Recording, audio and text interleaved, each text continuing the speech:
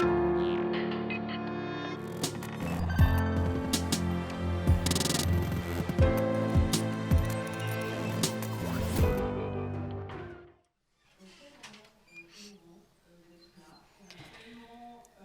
quite moved to be here before you. We anticipated this event so much. We stressed out also over it. We prepared for it a lot, and there we are. This is the first day of ISEA 2023. Symbiosis. We're going to express ourselves in French because this is the language we worked with to prepare this symposium. But don't worry, we have many other conferences that will take place in English. We also have a team of interpreters who are doing a great job. So if need be, you can take some headsets to listen to the interpretation. Applause for the interpreters. We thank you back. My name is Klio Krajewska, production director of this edition of ISEA. With me here, I have Emmanuel Mahé, in charge of the Symposium academic programming, and co-chair Elena Papadaki and François-Joseph Lapointe are with us also. Maria Ptqk was not able to come and attend this morning's session because of a health problem. We hope that she'll be able to attend the next days. So let's start this roundtable. We're a bit ahead of schedule, so that will leave us maybe a bit more time for the end of the roundtable. We'll see. So we thought we would launch this symposium and start talking about symbiosis, because it was really the key word from the outset, and it helped us make the choices that we made. So symbiosis. Let me start by explaining why we chose this thematic. Niels, 4 years ago at the Cube, came up with this idea of symbiosis, and we thought it was quite a large topic, just like the topics we usually tackle.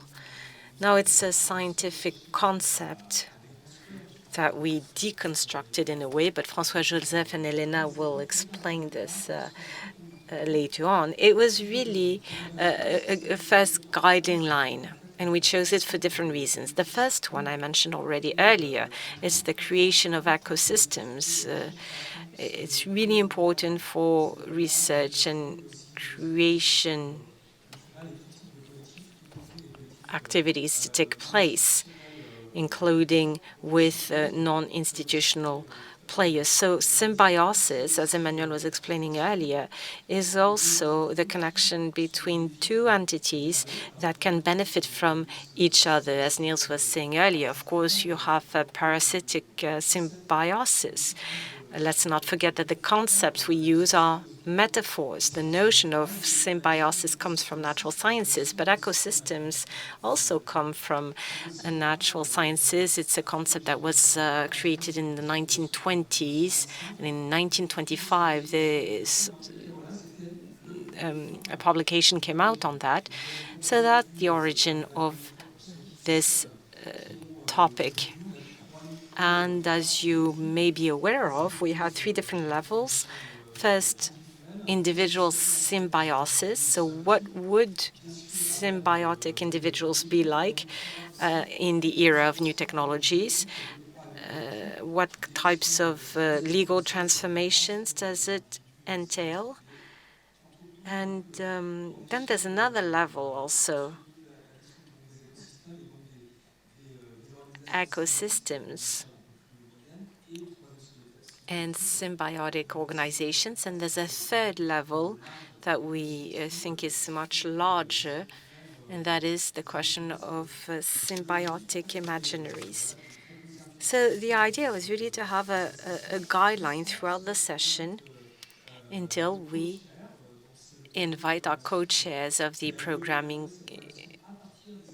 of the event. The programming committee organized this, and I'd like to thank all the people who assessed the different workshops, roundtables, articles, all the different existing formats. More than almost 150 people worked on this first assessment, which we used for the programming of this event. So I'm now going to give the floor to François-Joseph, because this work was quite a symbiotic work between us. The metaphor was always quite easy to use, but Elena will come back to that also later. Is this thing on? Yes. Thank you, Emmanuel, for inviting me. Ironically, I'm here in front of you today when every time I have submitted a project or proposal at ISEA has always been rejected. So this is a message for the young ones. There's always, your time will always come if you're patient.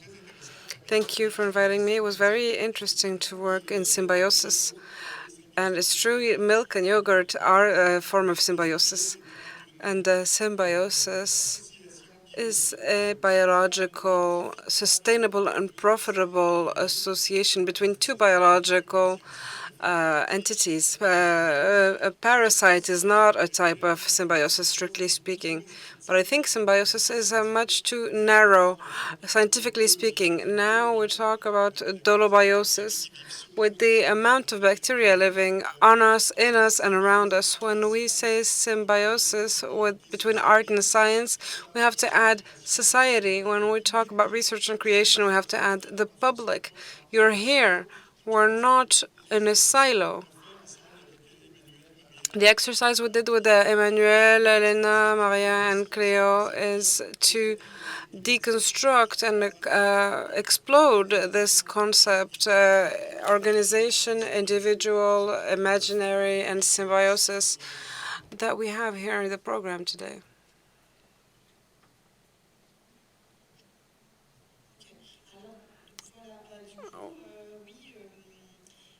So ISEA as a whole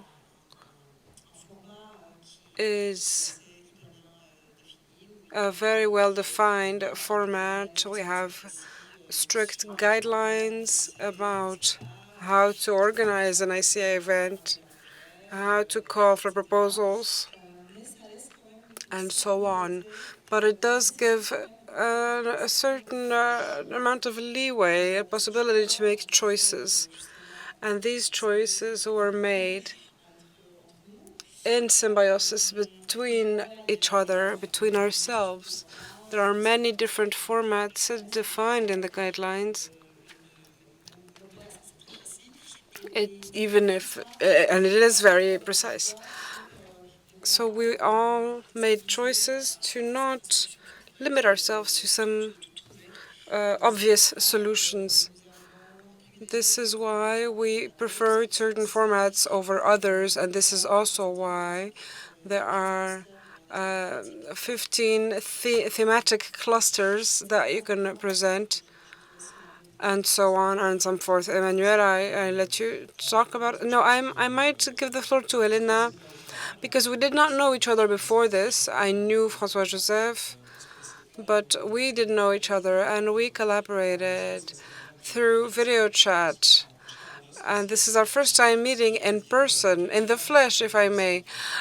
So, Elena, if you would like to give your perspective on how this came together. Well, for me, this was a model collaboration. My experience in the academic world is that sometimes we say, oh, I understand, but it's not true. We don't understand. We don't change our minds because somebody said they disagree. In this case, what happened, I did not know any of my co-chairs, Maria, François-Joseph, Emmanuel. This was my first time meeting them in real life, and I really had a wonderful experience because it was a true collaboration. I will not call it a symbiotic work because it's becoming easy to keep using the same word, but it was truly a chance to exchange point of views and opinions about our specific fields. We made decisions based on what we had in front of us. When it comes to the format of the presentations, the program gave the priority to hybrid formats, workshops, roundtables, and so on. Three main reasons. First, to highlight the plurality of research and modalities of presentation.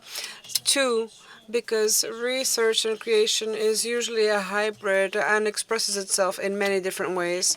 And three, for you, the public, for you to be able to have more dynamic sessions where everybody can take part. So this was a decision that really changed the way that we made choices about the various sessions for the different themes. And we really hope that you will enjoy it. And to orient yourself in the schedule, there are little initials that have the ABC sub-themes, and there are also acronyms for full papers, short papers, roundtables, and so on. And if I may recap the way that we worked, Emmanuel gave us each a hat to wear with Elena, Maria, and Emmanuel as the head of a sub-theme. And we realized that there were bridges that were very obvious. And sometimes even the category attributed, by putting ourselves in these categories, it was not that relevant. It was not always relevant. So we took the liberty of exchanging the formats to make the experience more interesting for the public by mixing theoretical presentations and artist conferences. You will see them in the same sessions sometimes. It's this flexibility that gave us some exceptional leeway, and thank you, Emmanuel, for that, because it's true we had never worked together with each other or with Klio. So the time differences were difficult. Sometimes I had to wake up at 4 a.m. Some of us were in Panama, some of us were in Europe. So it was easier to work with this type of freedom. Yes, and I want to react to this subject of the formats. Sometimes these formats are tracks. So we have the papers, the workshops, artist talks, roundtables, panels, and so on. These are academic formats, and when I say academic, I don't mean that in a bad way. I represent an art school, a superior art school, which is academic in a way. But at the same time, we're training artists, designers, and artists and designers and researchers have to get away from the academic context. And our idea was to combine and not oppose, combine artistic and academic and research approaches. Keeping in mind, as I said earlier, that increasingly, and this is not new for our artists and researcher community, keeping in mind that the idea is not to confuse these worlds, but it's to have this hybridation, this symbiosis. And in France, we always have a hard time explaining that hybridation is something that allows the solving of some current issues.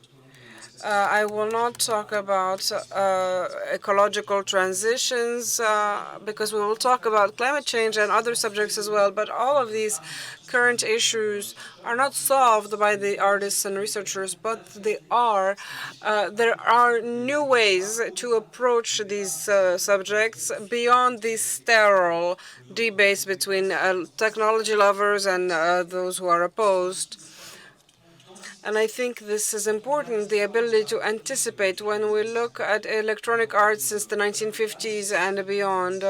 But if we look just at the 50s and 60s, there are a number of artists that not only anticipated technical devices, but also social usages of these devices. For example, it comes to mind Namdumpek, but also Vos Voster and other 60s artists. When you look at their works, there is a type of prefiguration, not only of technologies and their uses, but things that are happening today. And I thought it was very interesting as a chair to read all the articles and proposals. I don't know, metaphor again in geology. It is like taking a sample from the soil. As as Neil said, we had hundreds of projects, and they are a reflection of current issues, which are very varied. And Klio mentioned thematic clusters to try to go beyond the limiting theme of ISEA, which is symbiosis. Yes, you mentioned two main issues. How do we organize this wealth of thought represented by ISEA, and which is the goal of ISEA as well? How do we arrange it? How do we rank it? And so you proposed these 15 thematic clusters. If we had a PowerPoint, we could show these 15 clusters on the screen. Maybe we won't mention all of them, but you also mentioned artists. It's true, we called for proposals twice. Academic projects proposals, which is the subject of this roundtable, but also artistic ones, and they mingled along the way. The artistic call for proposals was really about exhibitions, to have an artistic proposal to go along with the theoretical reflection, but the artists are also at this symposium to show their art, to show their projects. And it is true that Symbiosis did play a role here again, because artistic projects are presented in different contexts, very different contexts, in different places, very official places, and sometimes very alternative places. Sometimes they're alone, sometimes they're part of the programming in the place, and they interact with the exhibitions that were happening anyway in those places. So this is very interesting. We also have to mention that we also have in our augmented catalog, which is an attempt at a different presentation, especially for those who couldn't be here physically and who are joining us remotely. Well, I would like to react to something. Maybe then we can move on to the rest of the programming, but a brief conclusion for each one of us. But I think what's important in the academic format, which we do claim, because when we are prefiguration pioneers, we've been saying we're pioneers for years, and digital arts, the model is no longer even used that much in France because it stigmatizes artistic practices. They're contemporary, they're not digital. This also allows our young researchers to give value, to show their value, not only in the academic setting, but also internationally. I was mentioning earlier the setting up of research creation PhD programs based on the Quebec model. It's very important for our young researchers to be able to give signs or signals that are heard beyond the academic community. For example, a PhD candidate or a young artist publishing a full paper within the proceedings conference. So their CV as a researcher is also important because it gives value to their research. So it's not only for that, but it also allows designers to keep their experience and practice, and it allows these researchers to take up space in the academic world, but also in society and institutional bodies who only recognize PhD type degrees. So once again, working on hybridation was very much our intention. And an important point was inviting keynotes. We have Michael Santorini next her. We are very proud to have them. Charlene Biondi. We also have we have also invited beyond our classic field a choreographer, a choreography artist, Victor Orban, who is a Ukrainian choreographer. And of course, I don't have to tell you that this invitation is doubly important. One, because he's a very good choreographer, that's the first thing, but also because he represents Ukrainian artists in the European Union, and he's setting up a number of actions through choreography of reparations among military personnel who are from the civil society of of Ukraine. So we're very attached to allowing for this support for the Ukraine. This is a war that is not only at the gates of the EU, but also is in Europe. Victor will be able to tell us about his art. And again, how artists can operate, be active in contemporary issues, which of course in this case is not a very fun subject because it is war, but it is symbolic and very important for us to be able to invite him. I would like to get back to the question of what it means to organize ISEA in 2023. Because it's true, ISEA has had a long history, 30 years. There is a context that is set, that is rich, that is wonderful. So we have our context, our framework, but organizing ISEA in 2023, it means, as Roger was saying earlier, when it comes to names, ISEA does not mean the same thing that it used to mean 10, 15, 30 years ago. And it won't mean the same thing in a few years. So there's this question around the name. The official name, Electronic Art Symposium, which we translated into digital creation, there was a lot of debate. How do we include in the translation all the items that make up ISEA Paris, which has, of course, its own identity, where we have the electronic art, digital art, and so on. We could debate the name. And there is also a strong presence of creative arts and cultural elements. So this digital creation, I think for you the key word is research and creation. How do we approach ISEA in 2023, keeping in mind that the current context is ISEA 2023? It means we're not outside of time and space. We are here with all that entails, all of the advancements, geopolitical upsets that you mentioned earlier, Emmanuel. This is all taken into account. So how can we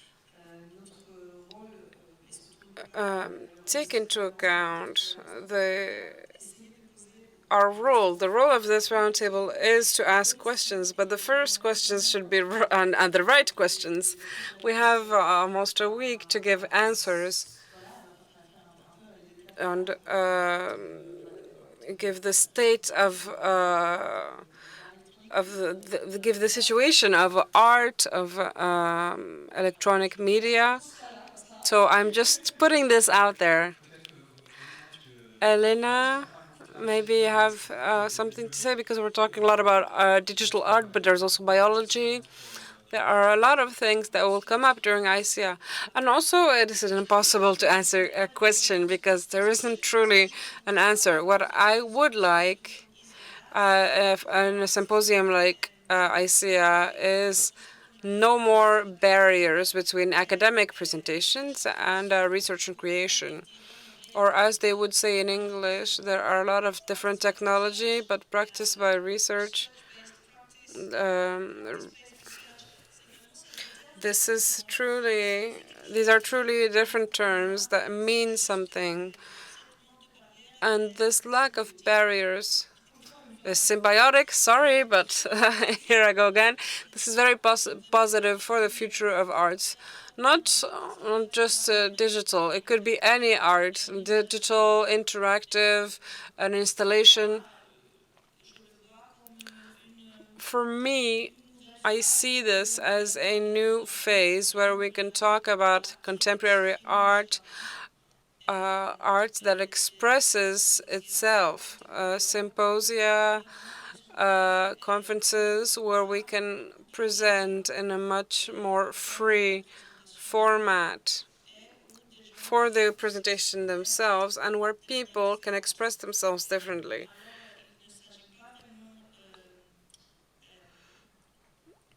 So it's not truly a matter of new formats, but of freeing what the formats are and the academic approach or even artistic presentations.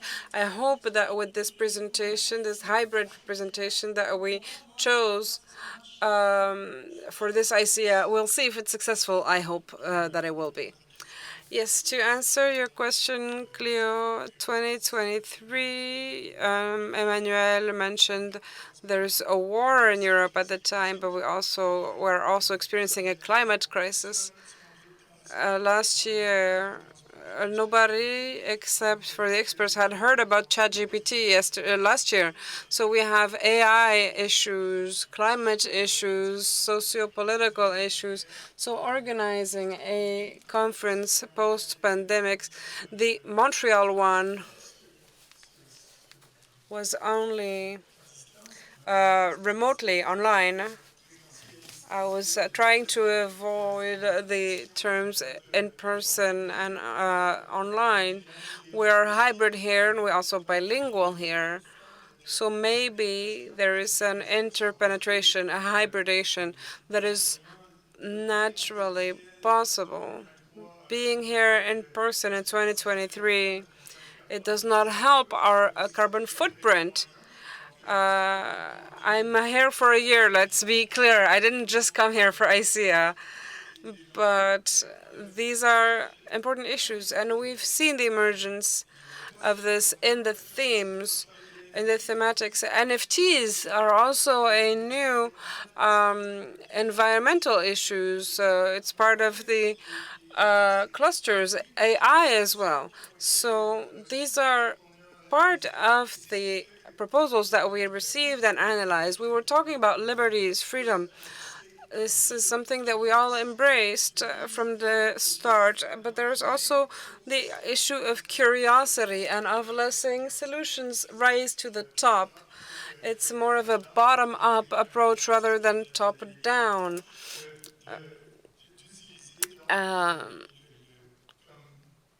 Using this as a substrate for creation in our programming committee, the academic and creative approaches. So very quickly, I wish we could, but we couldn't. We wanted to have a symposium that had 15 or 20 languages, and Roger has often told us, and he did this at the University of Texas, but he set up a number of podcasts where researchers, creators speak in their language, their mother tongue, And we thought it was very important to have at least French and English here. I wish we could have had automatic translation. Sorry to the interpreters, because we do need you, and this will be several years down the road, but we wish we could have had automatic translation to have 15, 20, 30 languages. I hope that in the future we can have a much wider linguistic community. That I wanted to say that. The language that you think in shapes the way that you think. And as I said at the beginning, this is also why we decided to have this roundtable in French, because we could have completely done this in English, but this was our working language, and I think it's important to note that, because some parts of it came from this reflection. On the other hand, I'm mentioning this because French is my third language. It's not my working language. So for me, it was completely necessary for myself as a researcher to understand that the language guides speech. Since we were speaking French, I realized after a while that what we were saying was different. It has nothing to do with the content, but with the way that you express it, if I may. If we could all speak our native language, that would be ideal, but I think that this exchange is necessary in order to have this symbiosis and to be able to collaborate with each other. Yes, and a little detail, all the full papers were in English, so we had to read all the proposals in English, keeping in mind that, again, there was a debate at the ISEA level, a wider debate, because we had committees with a lot of native English speakers, so the linguistic question was truly important. The articles submitted mentioned had to have a clear methodology, but the linguistic criteria was slightly modified, because the way you phrase things can be more hesitant when it's not your native language. Knowing that we will have the publications in the next fall, and we will ask the authors to write it in English again. So when we have an assessment in one dominating language, sometimes there are things that are lost.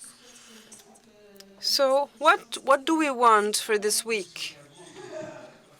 Well, we want you to have a wonderful week. When I was talking to the international board, there was concerns about the protests in Paris, because there were things on fire, a lot of violent protests, not symbiotic here, but now it's much calmer. Sorry for those who came from outside of France, because it is a bit strange to see barricades in Paris, but for this week we don't have them, and so we wish you a wonderful week. Do we have any questions? Because we have a few minutes to take any potential questions, and if we don't have any, we might take a little break and start again at 11 with the next roundtable.